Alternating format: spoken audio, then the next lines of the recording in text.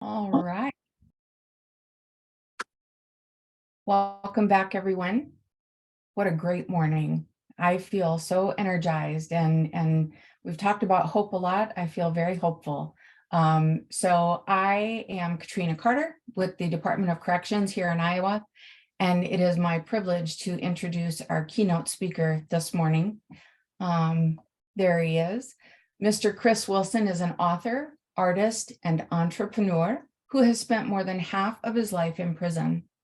He founded the Chris Wilson Foundation to teach others about successful reentry. His story is one of hope and inspiration and can serve as a reminder of the human element of incarceration. Chris, we are so thankful that you are here with us, and we are so excited to hear from you. And I do not want to take any more time. We want to hear from you. So you take it away, sir. Thank you so much. Thank you for the warm introduction, and good morning, everyone. Again, my name is Chris Wilson, and a few years ago, I partnered with an ed tech company, APDS, with the goals of helping people understand how to think differently, change their mindset, and turn their lives around. And this program that we created was modeled after my book, The Master Plan. And a lot of times people ask me, like, what is driving you? What gets you out to bed in the morning? Why are you working so hard at this work? And in order for me to answer that question, I have to take you all back about 27 years. And 27 years ago, I was with my grandfather in the hospital, and my grandfather had skin cancer. And we didn't know what was going to happen. And the doctors came in and they gave my grandfather the prognosis. And they said, Mr. Harvey, if you allow us to amputate your legs, maybe you'll live. He says, but if you hold on to your legs, you'll probably pass away in a few months. And I'm looking at my grandfather like, I want, my grandfather was like my dad. I want you to get this amputation so that you can live. But my grandfather decided he wanted to hold on to his legs. So we went back home, and I would sit by my grandfather's bedside, and he would tell me stories about how it was growing up in the South as a Black man, and segregation and fighting in the war, and just how difficult it was. And, before my grandfather passed, I remember him calling for me, and he told me, he says, Chris, I'm so disappointed in you. And I said, what are you disappointed in? He says, I'm disappointed in you because you're such a smart young man. You were on the chess team, you played the cello, and here you are now out in the streets, carrying guns, smoking weed, and you're letting these older people get in your head. And you're my grandson. You're smarter than that. So my grandfather made me feel ashamed of myself. And he made me promise that I would come up with some kind of plan to turn my life around. I had no idea how I would do this, but I promised him. He made me promise to look out for my mother, who I think was his favorite daughter. And then my grandfather passed away. And in my community that I grew up in Washington, D.C., back in the late 80s and early 90s, there was a homicide rate on average of 500 a year. There were shootings every single day in my neighborhood. And my grandmother had these rules in our community. When the crack epidemic was sweeping through our communities, my grandmother would say, if the streetlights came on, you had to be in the house. If they started shooting outside, you had to either get in the bathtub or you had to get on the floor. And there were shootings all the time. And sometimes the bullets would go through our house. So one night they started shooting outside, and I curled up in my blanket and I got on the floor. And I read this illustrated children's version of this story, Plato's Allegory of the Cave, that I speak about and write about often. Now, for those who are not familiar with this story, I want you all to imagine prisoners that are kneeling, facing a wall, handcuffed and shackled. As far as the eye can see, mostly men, but there's some women in the cave too. There's a fire behind them that keeps them warm, but this fire also casts shadows on the wall in front of them. And so the prisoners make a daily game of trying to identify lifelike characters within these shadows. Like, that's a tree, that's a bird, that's a giraffe.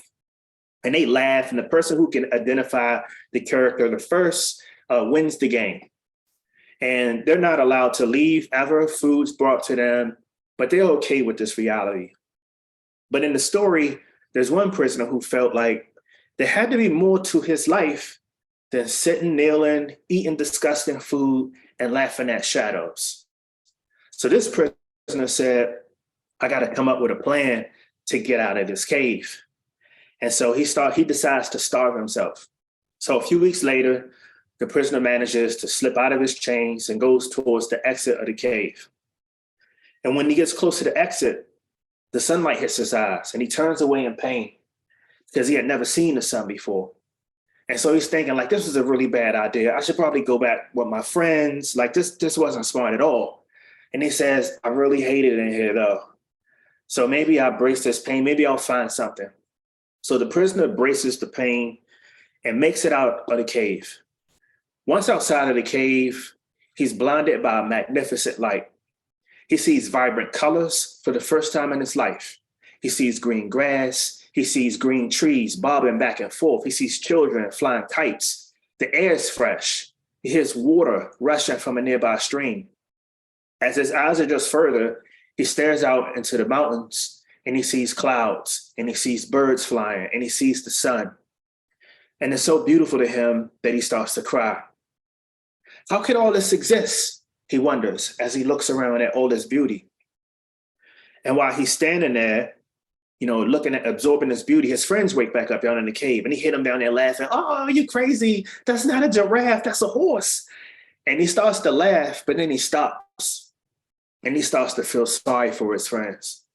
And he says, I can't believe that they think that's real down there when the real world is out here. And he says, oh, well, I made it out. Now, while he's standing there pondering this existential moment, one of the guards spots him and looks at him and says, what are you doing outside of the cave? And the prisoner starts to beg the guard, please don't put me back down there. I want to be out here. It's so beautiful. Like, just give me a second chance. I can behave. Like, I didn't know this existed. And the guard becomes angry and he says, you got to go back down there in the cave because that's where you people belong. Down there in the cave, not out here with us. And so they lock him back up and return him to the cave. And so now that he was in the outside world and he's back in the cave, his eyes aren't working yet. And the rest of the prisoners start to mock and tease him for trying to buck the system, for trying to be different. And one of the other prisoners announces to all of the prisoners, he says, this is our cave. All we got is us. We got to stick together. And then the story ends. You see, the story reminded me of my community that I was growing up in. When the homies on my block would tell me, this is our hood, we got to protect it. And I remember people being killed on my block just for their tennis shoes or for their jackets. I remember my grandmother telling me just say your prayers and mind your business and just go to school. My mom at the time was dating a police officer. And this police officer was like Denzel Washington in Training Day. He was like, real smooth, handsome, but wasn't a good cop. And he was getting people locked up and he was setting people up. And my mom found out what type of police officer he was. And she said, I don't want to have anything to do with you.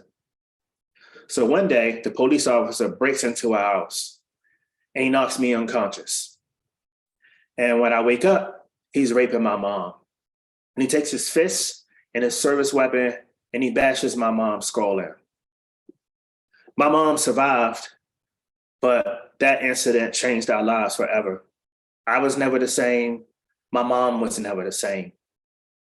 Now, because he was a police officer, yes, of course, he lost his job. He pled down to a lesser sexual offense and made parole in like a year. And when he came home, he started stalking my family. Now, back then, there was no law against stalking. And so there was nothing we can do. And so I made a decision that I would pick up a firearm to protect my family. Now, one day when I was out, my brother and cousin who were in front of the house were both gunned down. They shot my brother 7 times. They shot my cousin 17 times. My brother survived, but my cousin passed away. And even after they killed my cousin, they stood over top of his body and they riddled him with bullets. And I remember how I felt when my mom came to see me and told me that my brother had been shot and that my cousin Eric had been killed. And I remember just crying for hours and just being angry. Why is my life so difficult. I remember around this time going to funerals every 2 months to bury my friends for stray bullets and all kinds of, overdoses. And, my grandmother would tell me again, Chris, just say your prayers and go to school. But I couldn't pay attention at school. I would just stay out the window. And in my community, just like in the figurative cave, they would tell me on my block, Lord Chris, this is our block. We got to stick together. All we got is us.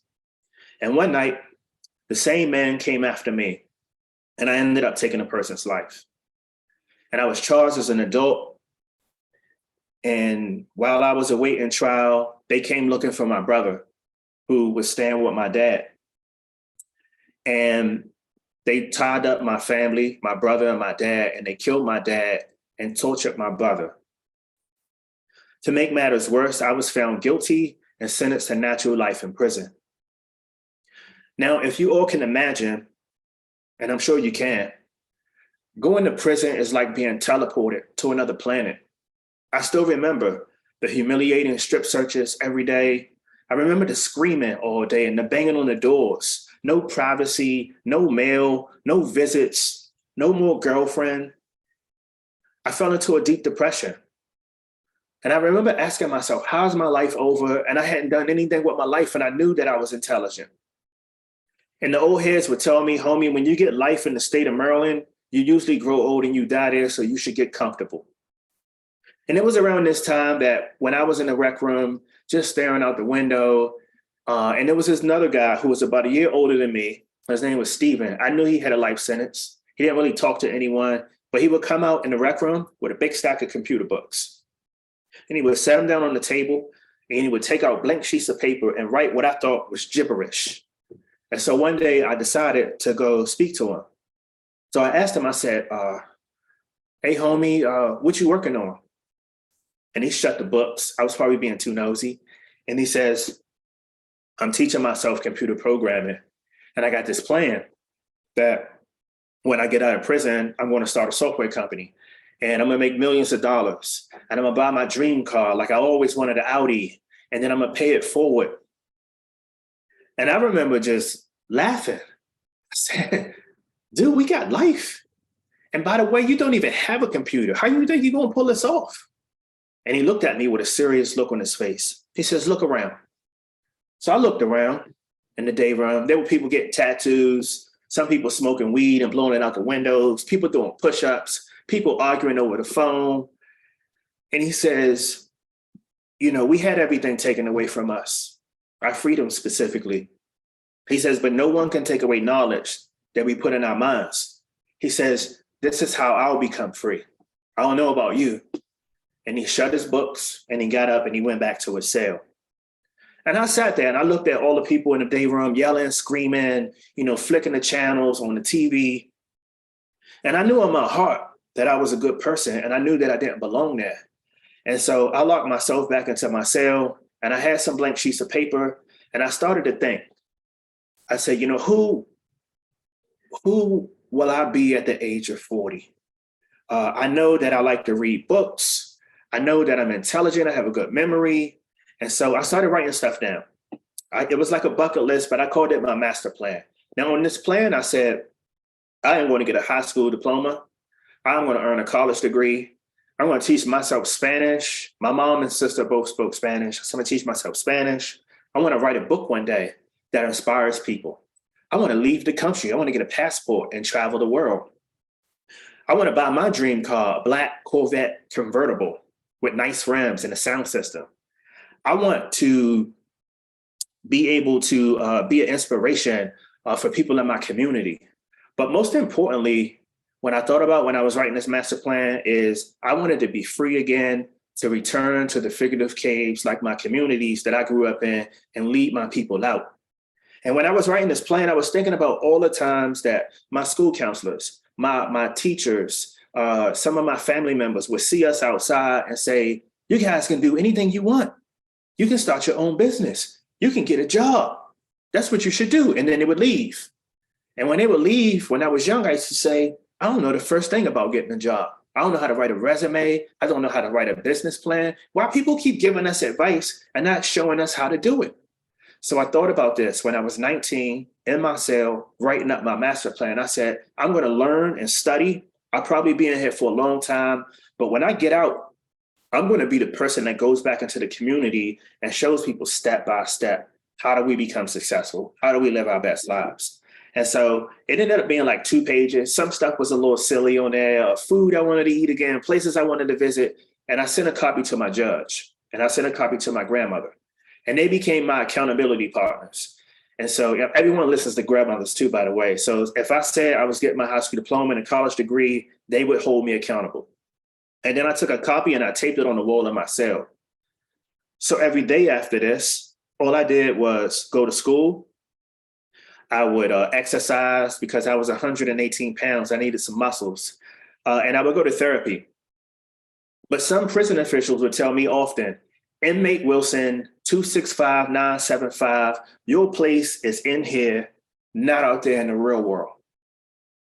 Well, while I was in prison, I read hundreds of books. I got my high school diploma. I even earned a college degree. I taught myself to read, write, and speak in Spanish, Italian, and went on to study Mandarin. I started a book club. I started a career center. I started a foreign language club. And I put on about 30 pounds of muscles. But a decade had went by and I couldn't get out of prison or even get in front of a judge. And I had been denied 5 times my reconsideration. But I kept doing the work. And so around this time, I was mentoring a young guy from El Salvador who had a real bad temper. I mean, he would fight people if you stared at him for more than 3 seconds. And I was walking with him. I had worked with him and I got him into college and he just started to flourish. He just found something that switched and he just really embraced school. And so one day I'm walking with him. His name is Castillo. And so one day he turned to me and he says, of course we were talking in Spanish, but he turned to me and he says, Chris, like you help so many people like him, man. You helped me get into college. You helped me with my anger problem, man. I'm just so thankful, man. But like what I don't understand is, we see so many people get out of prison and then they come back and then they get out and they come back. But a dude like you can't even get a second chance. I don't understand. I didn't know what to tell him. I said, well, I don't know, man. I'm gonna keep working my case and just keep being a good person. He says, I don't want to get too religious with you, but I never hear you talk about God. He says, maybe that's what's missing from your life. And then he walked away. Now, I believed in God. I just didn't understand God. I didn't understand how God could allow my mom to be raped when she was the nicest person in this world. I didn't understand how God allowed so many stray bullets to take away my friends in my neighborhood. I didn't understand how God allowed people to treat me differently just because of the color of my skin. So I went back to my cell and I pulled up my master plan. And at this point, it had coffee stains and all kinds of stuff on it. I had check marks and stuff I completed. And I put up a sheet over my cell and I said, I'm going to try to talk to God. I said, and I pulled up my master plan and I said, God, I read about, you giving people signs and you parting seas and making bushes talk. And I said, I've been working hard for a decade and there's a lot of temptation in here. God, I need to know that I'm working towards the right thing. Am I doing this for nothing? And I said, God, my friends knock on my door on my birthday one time. It was like, Chris, get up. And I got up and went to my door. I was like, what's going on? He says, get your cup. We smuggled in some Remy Martin. And I was like, ooh, Remy Martin. And he was like, get your cup. And I was like, I can't. They said, what's wrong? I said, I got this plan and I'm going to get out and I'm going to be successful and I'm going to do all these things. And my own friends would tell me, Chris, you're never going home, man. Live a little bit. What's wrong with you? And so I'm telling God all this in my cell. And I said, if you give me a sign, God, I will promise I will get back to studying. And when I get out, I will commit my life to this work. And so I said, I pulled out a plastic spork and I said, if you just make the spork bend in front of me, just make it bend, I'll know you up there. I'll take it as a sign. And so I'm staring at the spork and it doesn't bend. I'm like, okay, well, just say my name. Just say Chris, just whisper it. I won't tell anyone, just say it. So I'm listening. I don't hear anything. I'm like, all right, there's billions of people in the world and the US economy was bad. It was a war on terror. So I was like, you're probably dealing with like bigger, more complicated things. I said, but I just want to speak to you. And I said, if you show me a sign, I will get out of prison and I will commit my life to this work. I'll be a good person. I did this for 2 weeks, every day. People thought I was crazy.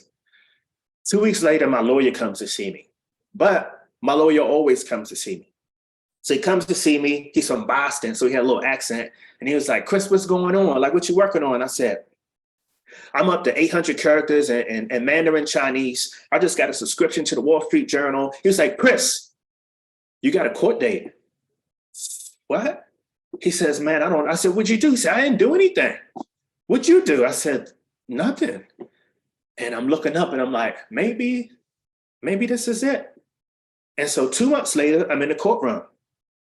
The state's attorney turns to me and said, Your Honor, Mr. Wilson's sentence is appropriate. Life means life. He should go back to prison and he should die in there. And so I turned to her when it was my time to speak. And I said, I understand it's your job to say that. But I want you to look at the letters on the judge's desk. Every year I wrote to the courts and I talked about what I would learn this year, what I would learn the following year, my educational accomplishments, my therapeutic accomplishments. And every year I've always exceeded my goals. And I said to her, that is 10 years of consistency. And then I turned to the judge and I spoke to her and I told her what it felt like as a mama's boy. I love my mom more than anyone. My mom would go to the mailbox, to the grocery store, to go shoe shopping. I would get teased by my siblings for being around her so much. I talked to the judge about what it felt like to watch my mom be raped in front of me. I talked about what it felt like to lose 5 of my friends before the age of 17, 2 who died in my arms, calling for their moms. I talked about having remorse for the life that I took. Even though these people came after me, I had to accept that I took a person's life.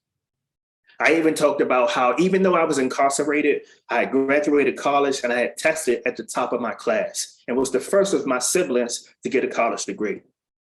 And this was probably silly, but I told the judge, I said, even if you don't let me out of prison or give me a second chance, I'll go back to prison. I'll grow old, but I'll continue to mentor. I'll continue to study because that's who I am. I said, but you really should consider giving me a second chance. So the judge just leaned back in the bench and just stared at me. And it was a lot of people in the courtroom, maybe 30 or 40 people. My family didn't show up. They were waiting on their loved ones. I mean, the sheriffs in the room, like everyone was just looking at me, looking at the judge, like, what you gonna do? And she just stared at me. And so my heart's beating, I'm sweating, my life's in her hands. So after what seemed like 10 minutes, it was probably 3 minutes. She leaned in and she says, Mr. Wilson, you committed a crime, a terrible crime. But I feel like you have been rehabilitated. So I'm gonna give you a second chance. But here's the deal. You can't get out of prison and just get a job, start a family, and buy a house and fly under the radar. You sent these letters for over a decade about what you wanted to do out in society. You got to do everything on the list, everything on your master plan. And I'm going to be watching you and you better not disappoint me. So I ended up spending 16 and a half years in prison. And when I was finally released, I had $50 to my name. I was homeless. I was unemployed, but I had a master plan. And I remember sleeping on my friends' sofas, waiting on my EBT card. And I went to the University of Baltimore to go back to school because I love school. And I remember asking the university to give me a chance to demonstrate myself as a student. Because of my background, they were a little hesitant to let me in. And so I got into school and I started to flourish. So around this time, my mom called me on my $10 phone that I had got from Radio Shack. And I remember her saying, oh my God, I can't believe that you out. Like, how'd you get out? Like, did you escape? I thought you had life. Like, I don't know how this works. And, just a little background, while I was away in prison, my mom had spiraled downhill because of the injuries, got addicted to her pain pills. And when she couldn't renew her prescription, she started using heroin and she just lost everything. And so I had knew my mom was in a really bad space. And so my mom was on the phone, like, you just sound different like you. I said, Mom, I got this plan. I'm going to be a successful entrepreneur one day. And she was like, I don't like you sound different. I said, Mom, I'm 32 now. And then my mom started acting strange. She says, I want you to remember like how intelligent you are and like how well you did when you played chess and your love for books and reading. I mean, you just always was such a smart young man. I was just like, okay. And I want you to remember that I love you. And I was like, all right. She was like, Chris, remember that I love you. And I said, okay, Mom, I got you on speakerphone and you're embarrassing me. Like, what are you talking about? But when my mom hung the phone up, my mom wrote a letter and she committed suicide. So my mom never got a chance to see the person that I become today.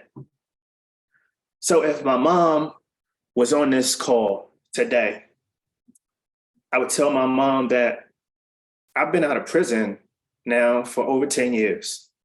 I am the owner of several multi-million dollar companies who have provided job opportunities for people who needed help the most. I would tell my mom specifically in Baltimore City, I helped just under 300 people get jobs, and less than 10 of those were minimum wage jobs. I would tell my mom how I went from having a life sentence to spending 117 days in solitary confinement and feeling invisible, to coming home and winning every award in the state of Maryland, including the presidential award from Obama. I would tell my mom how even now I'm a few classes away from earning another college degree, and I've been offered a full ride at Harvard Business School. I would tell my mom how she used to put me on punishment for crossing the 4-lane street just to go to the library, to spin the globe, to places that I wanted to visit one day, to learn about dinosaurs and Greek mythology. I would tell her in the past 7 years, I've visited 29 countries. I would tell her about how I used to get upset when she used to bring me the wrong little Matchbox cars when I was a child, because I always wanted the Corvettes or the Ferraris. I would tell her that I worked really hard and I went out and I brought that black Corvette convertible with nice rims, and I got that black Ferrari convertible that's parked downstairs. I would tell my mom about my friend Steven, who also had a life sentence, who saw potential in me, even when I didn't see it in myself. It took him 20 years. Steven came home. He started that software company. He's making millions of dollars. He bought his dream car. It's not as cool as mine, but he got his car. I would tell my mom how I used to be so shy around women. But one day I became really good friends with superstar singer Alicia Keys, and I even got a chance to drive her around in my car taking selfies. This is true. Or maybe I would just tell my mom that I loved her one more time. You see, people on this call, I now understand why my grandfather was disappointed. I now understand why my teachers and my counselors were so hard on me. It's because they saw my potential and they wanted me to make a difference in this world. And that's what I'm doing today by sharing my story and partnering with APDS to put my coursework out in the world to help people impacted by the system develop agency over their lives. Thank you.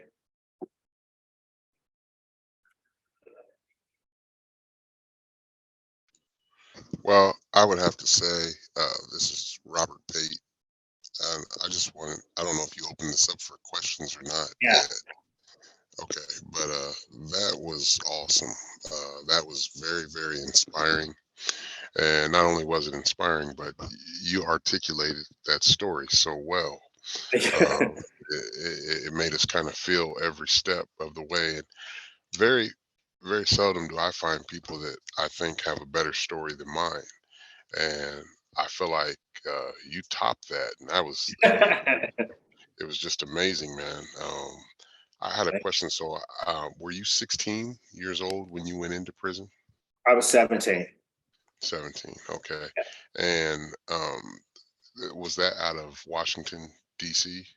It was just outside of Washington. It was in Maryland, Prince George's County, right by the border to DC. Yeah, I was like 17 and a half. I turned 18 like a few months after I was incarcerated. Okay. And was in that state was a life sentence, a natural life sentence without the possibility of parole? Yeah, it was with the possibility of parole, but you don't get parole when you get a life sentence. So that was the Okay. thing. So okay. All right. That's all I have. I mean that was just awesome. I'd love if you have a contact information Yeah, or something like absolutely. that. Okay. Absolutely. I'll put it in the chat box. And just a little background for everyone on the call. I became a visual artist. I am the dopest artist that you probably never heard of. But I became a successful visual artist about 8 years ago. And I started traveling the world and selling my paintings, everywhere and living a really good life. And I felt like when I became successful, that I was moving further away from the people that I wanted to serve, which is people impacted by the system. And I was getting so many letters from people that wanted to know, like, what I need to do, Chris. What should I be reading? Like, how, what's the plan? Like, what advice would you give me? And that's when I decided to create the Chris Wilson Foundation. And I wanted to support prison education, reentry initiatives, financial literacy. And that's why I was excited to partner with APDS, for a few reasons. Like, they don't charge incarcerated visual individuals or their families for the educational content on the tablets. And I wanted to put a course that walked people through that talked about trauma and how you deal with trauma, rock bottom moments. How do you surround yourself with positive people? And these were all the ingredients that I implemented in order to become successful. And I just was excited to get back into the reform space, and kind of put this program out there because I believe that everybody, no matter where they at, incarcerated people or people that are outside, we all have this potential. Usually it's untapped. And what the program does is we help individuals find that switch, and then the rest is on them. And so we have thousands of people who've taken the course. And so this is, like, I think, what my grandfather envisioned me doing. So I just wanted to put that out there to you guys. Hey, Chris, this is Dan Salentic, and I actually work with Iowa Department of Corrections in different programmings and vocational trainings. I got a question for you with what we do and being staff within DOC. Was there anyone in prison, any staff or any programs that supported you or helped you to kind of, we all know the barriers for those of us that worked in prison, been in prison, the barriers inside. Even though we want to help, there's always seems to be something maybe in the way, whether it's IT, funding, whatever it may be. What can you or what can you tell us? Like, maybe there's things inside that we can do to create more Chris's, to inspire. We've got awesome volunteers coming in, people that they live this every day and this is their passion. But maybe there's something that you can share that, within the system, within our correctional facilities, what is it that we can do to help promote and support? That's a really good question. It's a combination of things. And so I will say the principal in the school, and she was Romanian. She did not have a sense of humor. No shade against folks from Romania, but she was very serious, but she was hard on me. And I would get my papers wrong. She says, "You have nothing but time. There's no excuse for you to get this essay this messed up. And I need you to go back and you finish it again." And I would go back and do it. And I'd go back and do it, and eventually became a straight A student. My math teachers and some of my therapists were really encouraging. And then surprisingly, some of the prison sergeants and lieutenants and most of these, I write about some of these lieutenants and sergeants. They were very straight out the military, very tough, but they saw me going to school every day. Or when they came to the housing units to shake down, I would be in a corner reading books and studying Spanish and conjugating verbs. So they knew what type of person I was. And so sometimes when it was they're about to lock people down or something's about to happen, it says, "Just hurry up and go off to school. I know you got midterms," and just do it. And they would sometimes whisper in my cell, "Keep up the good work. You don't belong in here." And those were the things that kept me going. And it was a combination of that. Thank you. Chris, in the chat boxes, you have lots of love. Okay. Let me pull them up, or if someone can help me out. Lots of gratitude, lots of love. What so yesterday, Chris, just for your information, we had our 8 judicial districts present on really great reentry things that are happening in their districts. And so we thanked the 2nd district for really spearheading the APDS tablets. And then the 7th district discussed how the master plan is included with those tablets. And so yesterday, today, we've heard a lot about hope, but also we've heard about corrections not being able to do this alone, that we need advocates, we need mentors, we need people, our stakeholders. And so Absolutely. just, having you with us is dreamy, because you really tie in everything that we've talked about the past couple days. Please, if anyone has any questions of Chris, please let him know. Or again, Sarah Lewis, the individuals I've worked with on the master plan, love it. Thank you. Yep. And I want to say, Mindy from APDS is on with us. I don't want to misspeak, but I believe that Iowa is leading the way for utilization of the master plan, and also with the tablet programs. People are responding overwhelmingly. People who are incarcerated or working with the tablets that are involved with the criminal justice system, their response is overwhelming to the inspirational and motivational messages that they receive. And so again, 2nd, 6th, 7th judicial districts, 7 of our prisons, Chris, APDS, I mean, woo! I love it. I want to speak to that. That's amazing. I'm super excited about that. There are opponents who feel like prison should be a certain kind of way. And this is pretty much all around the country. It's really about punishment.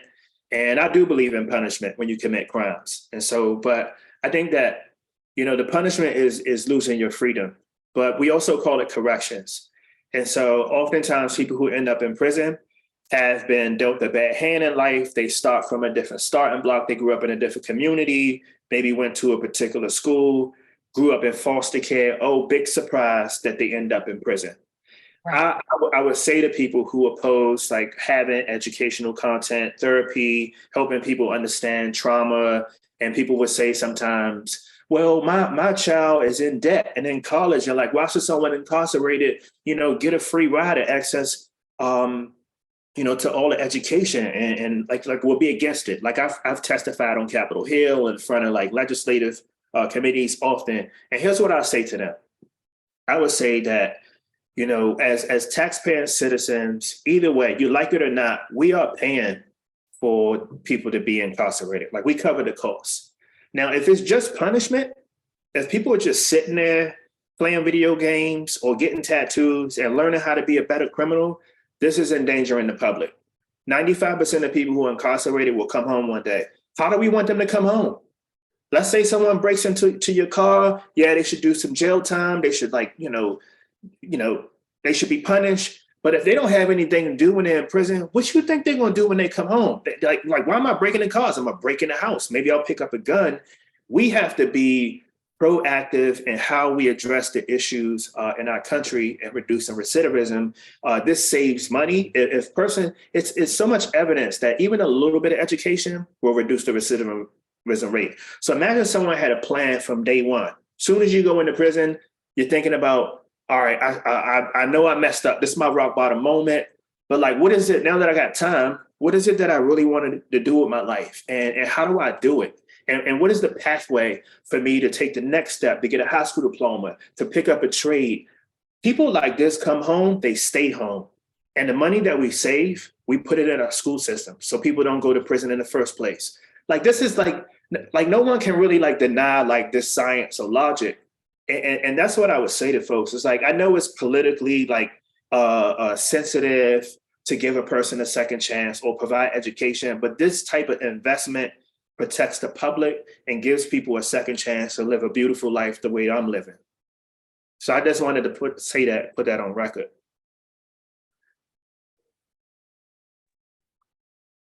If I could just interject, our clients notice that investment too. They notice your investment in your program. You know, you could be doing different things with your time, but instead you created this program and this wonderful opportunity to pay forward. And they notice and they talk about that investment. They notice that you yourself are investing and talking to them directly on the tablets. And that's so meaningful that you are engaging with them through the tablets and telling your story and spending time with them.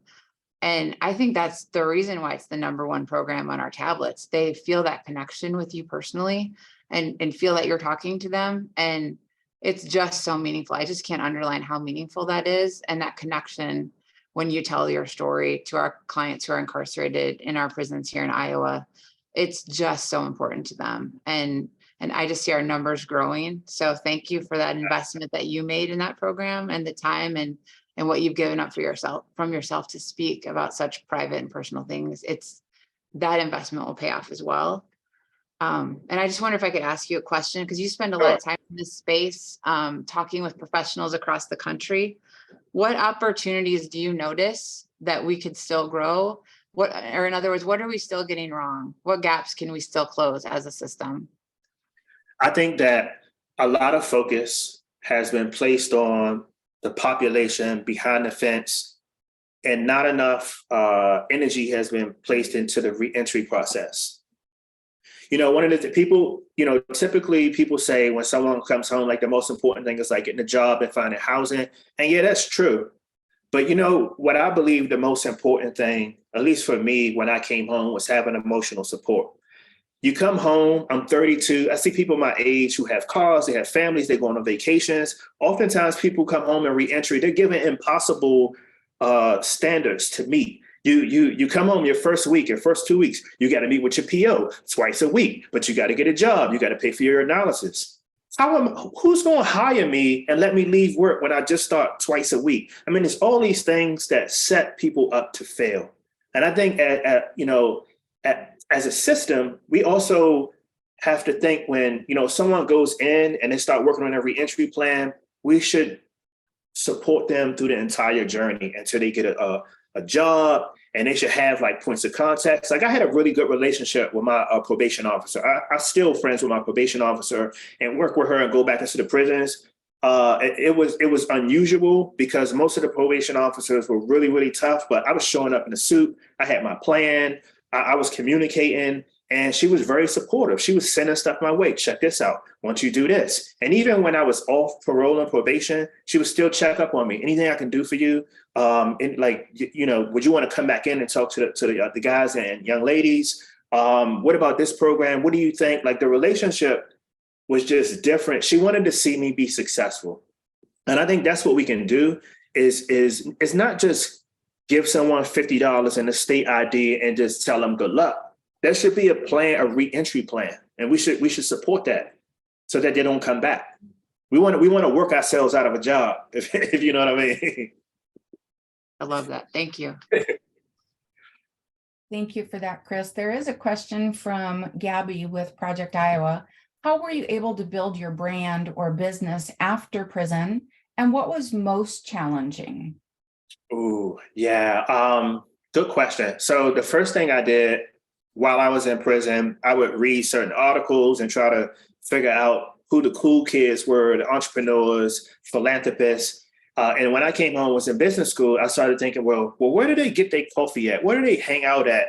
And I spent a lot of time in school, extra time with my professors. And I knew that my professors were connected with folks in my community. That's how I got my first job, actually, through one of my professors. So I started doing that. I started doing like my homework. I was really blown away by the internet and like YouTube and like Khan Academy and like being able to learn all this stuff. I was like, I could just punch something in and learn how to do something, fix it. You know, I learned how to tie my tabs, learn all this stuff. So I said, okay, this is incredible. So I started my first business and started hiring employees. But the biggest challenge was having a line of credit with a financial institution.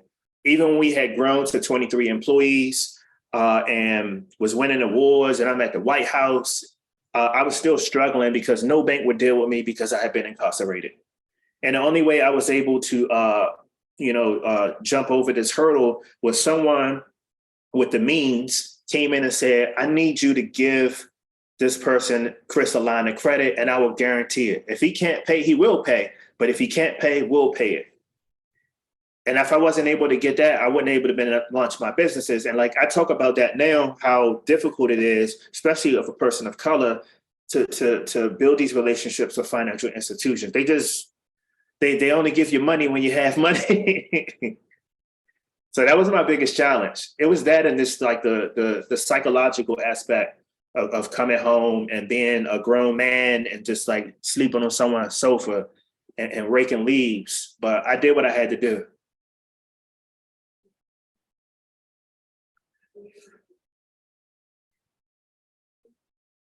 So I don't see any other questions in the chat box. Again, Chris, so much gratitude for you. And I'm trying to look through inspirational. Thank you so much. The individuals that have worked on the master plan, love it. In the 7th district, Mr. Kendrick Howard said, I just had a staff member just finish your book and was just taken back and loved it. Continue the good work, my friend. What a journey you have been on. Thank you. And we're seeing a lot more people interested in, if they do have the tablets, making sure to get the master plan on those. So we will work with the other districts and institutions. Again, anyone else have any other questions for Chris? I do, Katrina. I was wondering, Chris, so for those who don't have the tablets, can you walk us through, like, I know you have the book, the master plan, but then is it broken down into like curriculum, or how does that look like? Like, what's the experience that people go through when they're going through the information you put on the tablets? Could you walk us through that a little bit?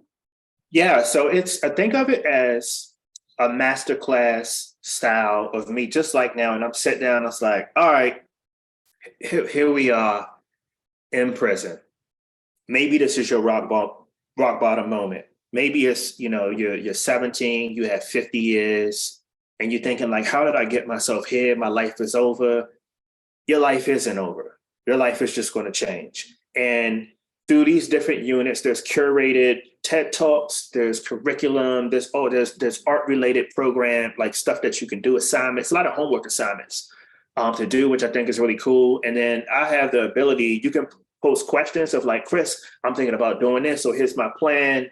And I can look at it through the system and I can respond to individuals. So it gives them that kind of intimate relationship with me. And then I sometimes go in and speak through Zoom, through these facilities, usually during graduation or before, to kind of rally folks to say, listen, I made a commitment to you all.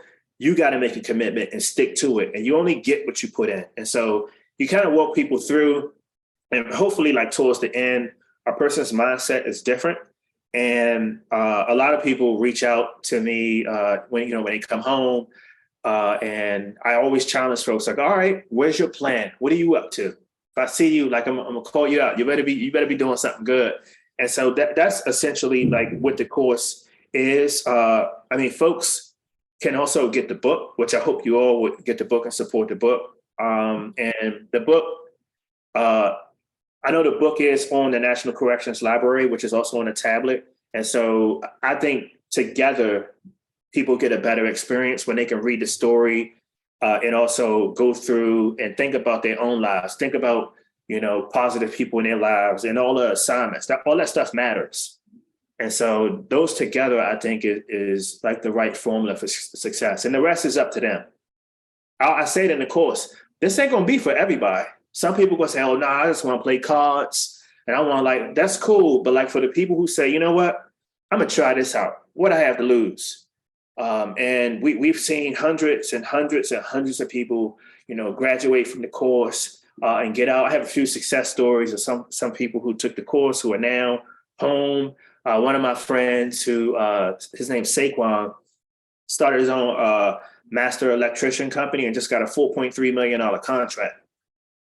He was like, I can't believe it, or whatever. I was like, now you got to execute the contract. So like, don't get too excited, but that's great. Yeah. But like, that's what we want to do. We want to activate the agency inside of everyone, that self-agency of like, I believe that a decision that I can make today, even if I got 10 years to do, if I believe that the decision I make today to like do this GED or maybe study this CDL book and it will change my life, if they believe it, no one can stop them from being successful. And that's essentially what the course is helping people think differently. That's so important. Do you know how many, oh, she just answered it, states. So that's a huge impact you're having across the country. That's unbelievable. Thank you. No problem. I do have an ask of you all too, if I may. So I plan on writing another book at some point in the future. My book is on Amazon, but if you guys could leave me some reviews, good or bad, but I know I put my heart and soul into this book, so I know it's not bad, but if you guys could leave me some reviews on Amazon or something, I would really appreciate it. Even if it's like one sentence or something, I'd appreciate it. Just gotta let my publishers know that, you know, the second book is, I'm gonna do better. So I'm seeing that someone ordered your book. I just ordered your book, Chris. I did the audio book too. So the audio book is in my voice as well. Oh, someone wants to know already the title of the new book. I'm not sure yet, but we're working on it. Well, I can't speak for everyone, but it looks like the folks on here who are so appreciative of your time, appreciative of you as a human. I don't think those reviews will be too far behind today. Any other questions for Chris or comments? Be dope. I love it.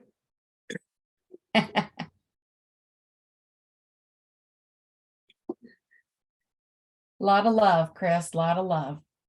Thank you. All right, well, everyone, on behalf of everyone, Chris, we value you, we appreciate you, we loved spending time with you today. Thank you for being so vulnerable with, 111 of your very best friends. We support you. We believe in you. I will come visit Iowa too. I'm coming. You should. Yep, and we're walking right beside you. So unless anyone has any other questions, Chris, we will let you get back to your day. Iowa loves you. Iowa supports you. Iowa would love to host you. I'm speaking for all of Iowa now, I guess. All right. Thank you so much. All right, guys. Take it easy. Thanks so much, everyone. All right.